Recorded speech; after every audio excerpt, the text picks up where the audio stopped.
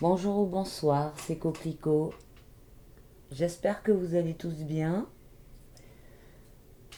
Alors vous voyez, vu le cadrage, je vais pas faire un tirage de cartes, mais je comptais vous parler de la façon dont les gens expriment leurs opinions sur les échanges sur les réseaux sociaux, aussi bien que ce soit dans les commentaires que dans les vidéos.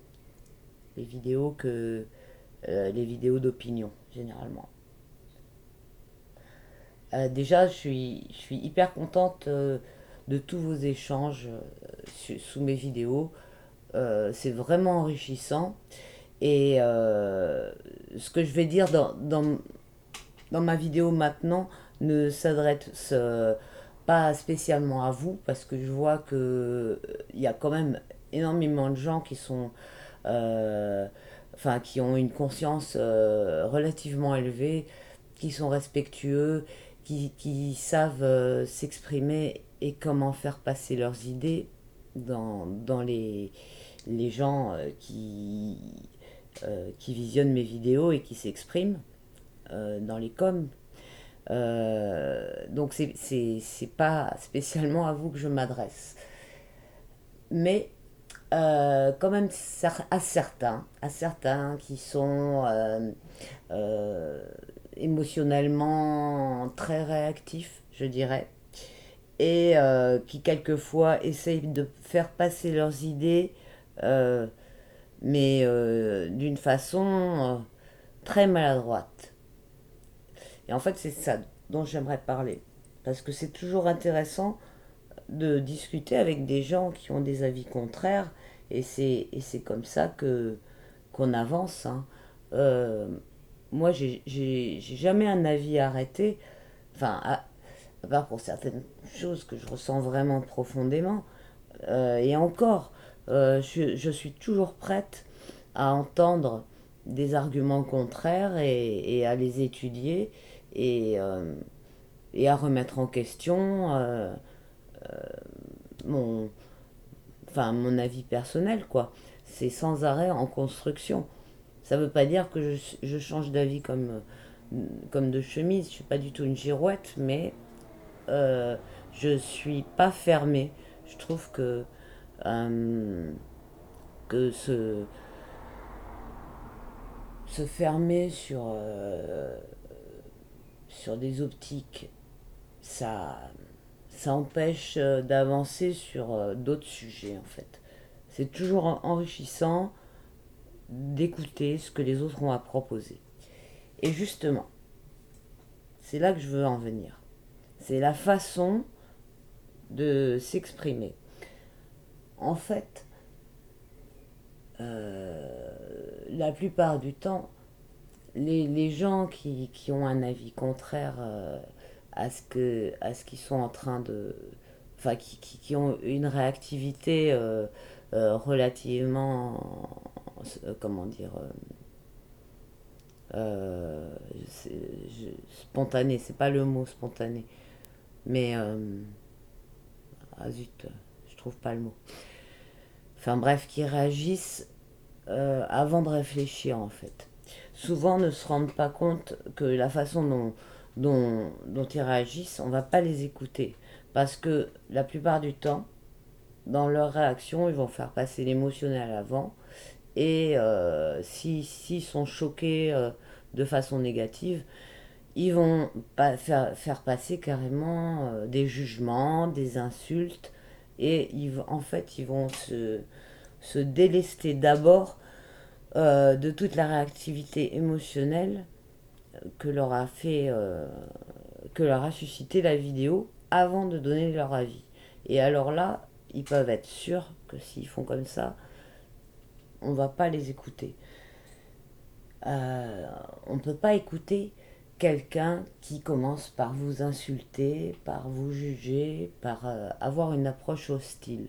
Ça, c'est super important. Et c'est vraiment un conseil que je donne, enfin, j'allais dire à mes pires ennemis, ceux qui sont vraiment pas d'accord avec tout ce que je dis. Euh, s'ils veulent se faire écouter, le premier truc, c'est d'arriver vers son interlocuteur d'une façon agréable. Ça, c'est le premier truc. Déjà, faire comprendre à l'autre qu'on a écouté ce qu'il a dit. Ne pas émettre de jugement. Déjà, parce qu'on ne sait pas pourquoi l'autre pense comme ça. Moi, je me dis toujours, bon, même si quelqu'un me dit quelque chose de complètement stupide ou à côté de la plaque ou choquant ou quoi que ce soit, ma première réaction, ça va pas être de le juger. Ça va être de me dire pourquoi il me dit ça. Qu'est-ce qu'il en vient enfin, qu'est-ce qui, qu'est-ce qui lui est arrivé pour qu'il en vienne à me dire ça. Parce que chaque personne a son histoire, a son passé et peut avoir des raisons de penser telle ou telle chose. Et ça, on ne peut pas juger parce que ça, on ne peut pas savoir. Donc, déjà avoir une neutralité dans l'écoute. Et puis, essayer après de savoir pourquoi la personne, elle pense comme ça. Qu'est-ce qui la motive à penser comme ça. Et vous verrez que souvent, les gens eux-mêmes, ils ne savent pas pourquoi ils pensent comme ça. Ils pensent comme ça parce que ils ont été influencés, c'est parce que c'est un discours qu'ils ont entendu, soit dans les médias, soit dans des relations familiales, ou peu importe. Mais il y a plein de gens qui sont un petit peu comme des sampleurs, quoi, des trucs qui enregistrent des bribes d'avis sur différentes choses. Ils enregistrent même quelquefois inconsciemment. C'est une espèce d'automatisme qu'ils ont mis en place et ça leur permet d'avoir une réponse à tous les sujets. Je ne sais pas si vous avez remarqué des gens comme ça. Il y en a quand même quelques-uns.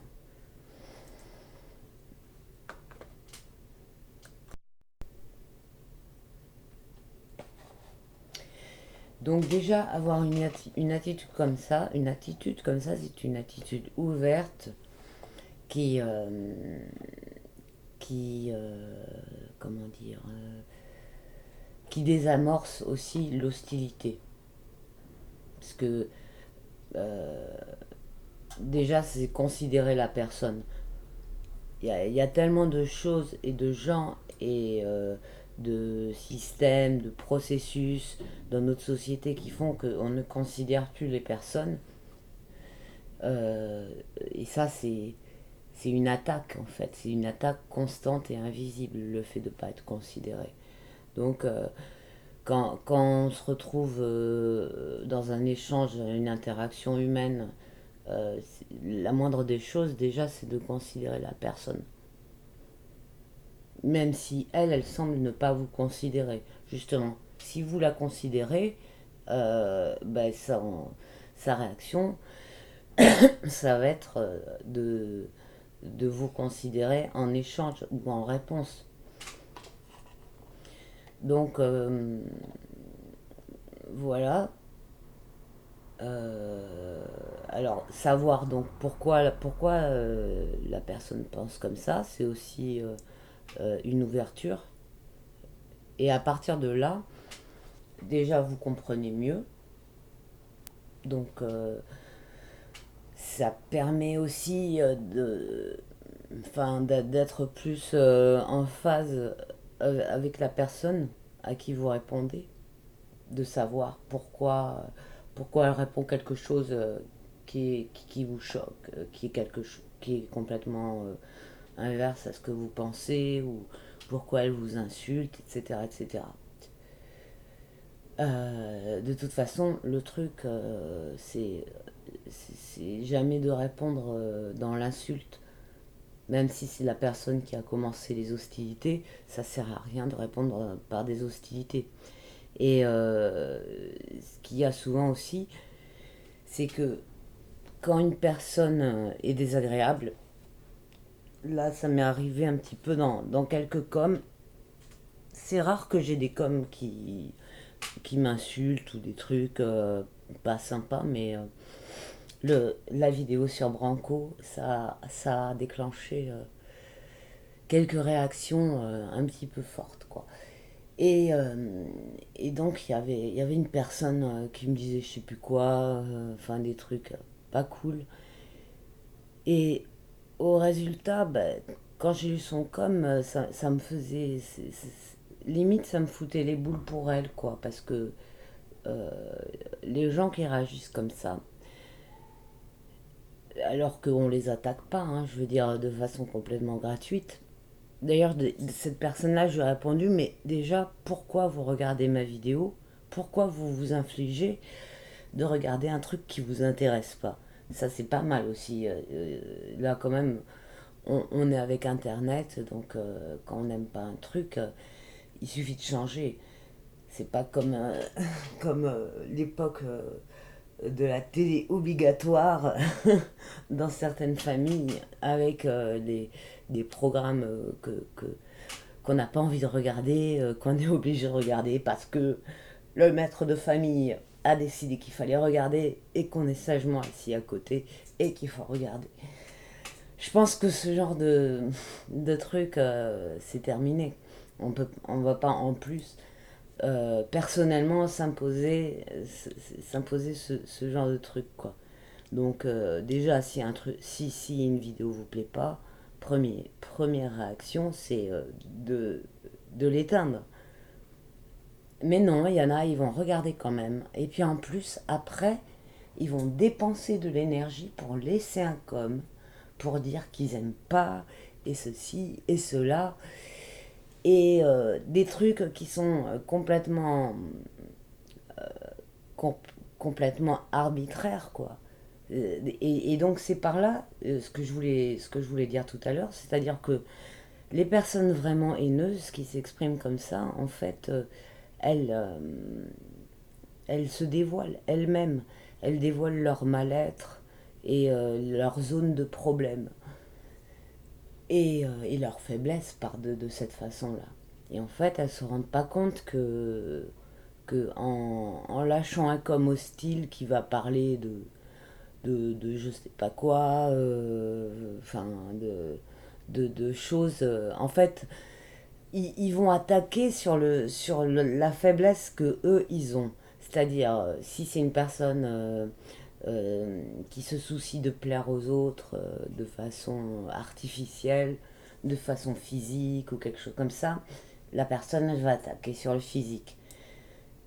Si c'est une personne qui se targue d'avoir de la culture, de connaître plein de trucs, elle va attaquer sur le côté intellectuel et dira mais vous y connaissez rien.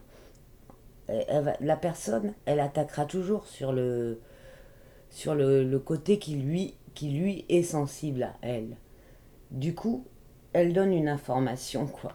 Elle donne l'information de sa faiblesse, de sa zone de faiblesse et de son état de faiblesse par rapport à cette zone. Et ça, les gens, ils s'en rendent pas compte. Ils se rendent pas compte qu'en fait, quand ils laissent des coms haineux, c'est eux qui se dévoilent, quoi, et qui se mettent dans une position, comment dire, une position de vulnérabilité, en fait. Alors qu'ils pensent attaquer, c'est eux qui se dévoilent vulnérables.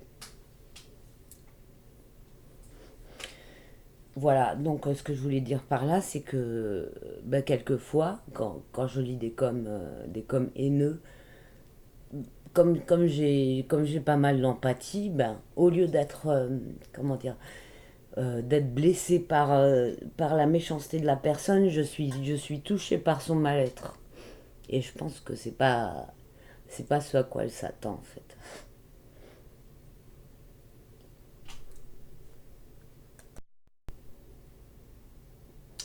Et là, je vous parlais des gens qui interviennent dans les coms, les échanges sur Facebook et sur tous les commentaires, quoi. Mais dans les gens qui font des vidéos, les youtubeurs et youtubeuses, bref, enfin, les gens qui donnent de l'information, qui présentent des trucs, y en a aussi qui sont vraiment désagréables, quoi.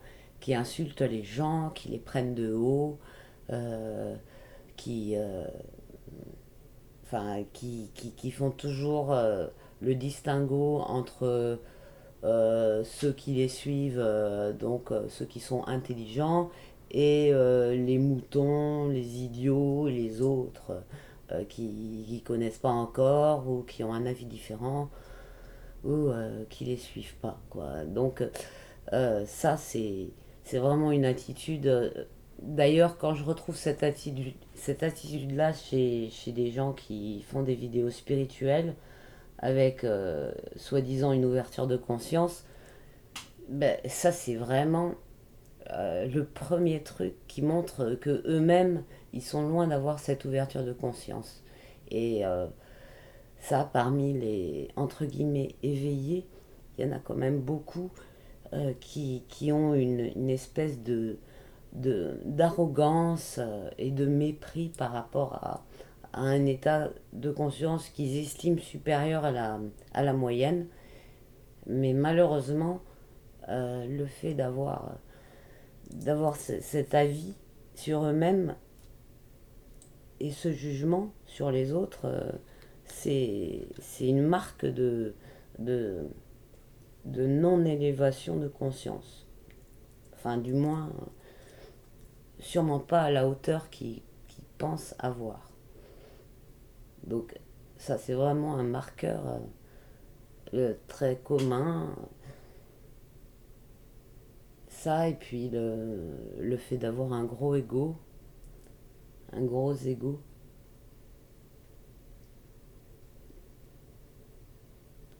Mais bon, là, on change de sujet. Ce que je voulais dire, c'était vraiment l'importance euh, de la tournure de phrase qu'on emploie et l'entrée en matière qu'on choisit d'avoir quand on veut défendre une idée qui nous tient à cœur. Voilà. Et voilà. C'est tout ce que je voulais dire.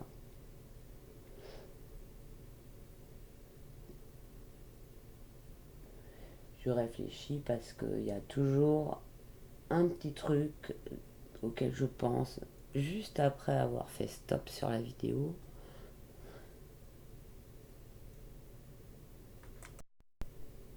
Voilà, je sais ce que je voulais dire. C'est que ces derniers mois, aussi bien le mouvement des Gilets jaunes que malgré lui, les débats entre guillemets hein, de Macron, ça a permis aux gens de libérer la parole d'une certaine façon, de s'exprimer quoi. Euh, quand ils se retrouvent tous les samedis et puis tous les mouvements qu'il y a eu, tous les groupes de parole qui se sont mis en place, les réseaux, les contacts des gens sur ce sujet, enfin, il y a eu une espèce d'émulsion euh, très très importante de ce côté-là et super bénéfique. Et ça, c'est vraiment bien, quoi. Et quand je parlais de Macron malgré lui, c'est le fait d'avoir fait son tour de France de blabla, même si c'était du grand n'importe quoi, c'était plein de fric foutu en l'air et ça a servi à rien. Ça nous a montré qu'il faisait sa campagne et qu'il mentait une fois de plus. Mais bon, mis à part tout ça, qui est que du négatif, qui est que du négatif par rapport à Macron, le seul truc positif, c'est le fait de parler.